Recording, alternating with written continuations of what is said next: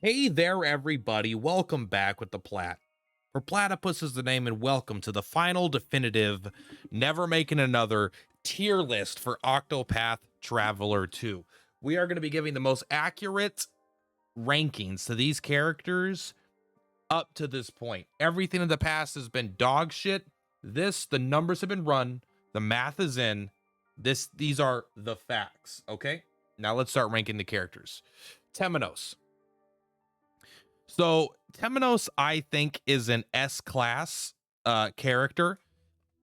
Strong, independent, has a healthy level of doubt. Goes ahead and never lets something down. Has a good sense of what is right and wrong. However, he does ignore his friends. He ignores their advice and he lets his best friends die on a regular basis. So he is going to be a F tier. There are no D tiers here. Oswald. Now, Oswald, I think, is an S tier character.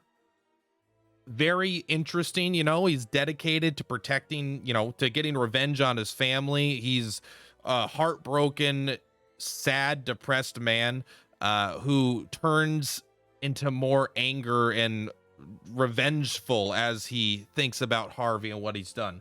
However, when he found out his wife was a biological magic blood golem, he was more curious to how he accomplished it than he was sad that it had happened in the first place. So he is going to be an F tier. Now, Particio here is actually one of the most good-hearted, good-natured people in the world. You really can't say anything bad about his character. You know what? He really cares about everybody and wants his idea of a merchant is what benefits everybody in a sense. You shouldn't hoard riches and technology. It should be shared with everybody so that everyone can profit. However, there is the entire world's largest slave trade being operated out of his town. The slaver lives there and he's not even hidden. He's just in a well-known building in his town. So he is either so stupid, him and his father are either so stupid that they don't know what's going on in their own town, or they are willfully ignorant and maybe even accepting bribes. Throne. Now, I think Throne is pretty much an S tier character here. She's very... she's not moral in a sense, but she's very, very dedicated to her cause. She's basically a slave and she just wants freedom. She doesn't want glory. She doesn't want riches. She just wants what every American wants, essentially. She wants the right to live her life in a way that she sees fit. And the only way to do that is to go on a long and painful journey to free herself. However, there is a good chance that she is actually an incest baby of some sort of immortal god that is having sex with hundreds of thousands of women. So I assume there's something going wrong with her there. So she is going to be an F tier.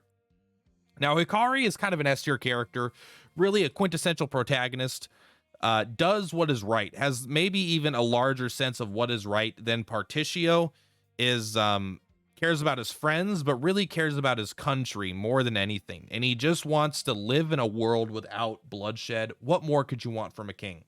However, he did not bother asking where the super evil mind controlling demon sword went right after he became king. It was instantly stolen.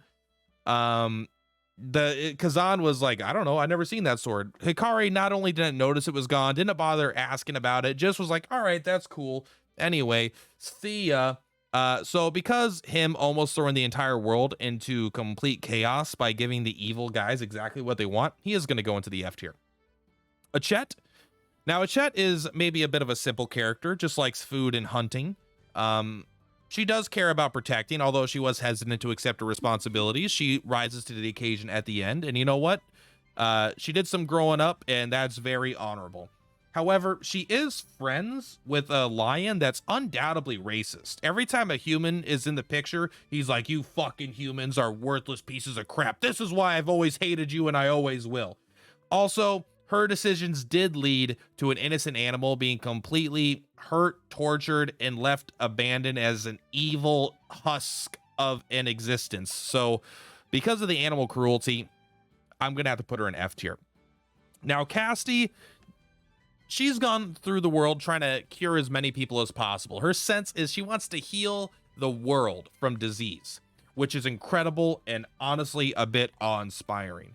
However, she did literally bring a completely insane person into her ranks and then taught him everything he needed to know to absolutely commit genocide against countless lives. And it all started with Cassidy bringing him in, and not probably giving him the correct guidance and not seeing him for what he truly was. So due to not preventing genocide, I'm going to have to put Cassidy down in the F rank. Now, Agnia, I'm tempted to put right in the F rank here because she's kind of uninteresting and boring. But honestly, as a full-blooded, just good-hearted person, yes, she's naive. Yes, she's a little uninteresting.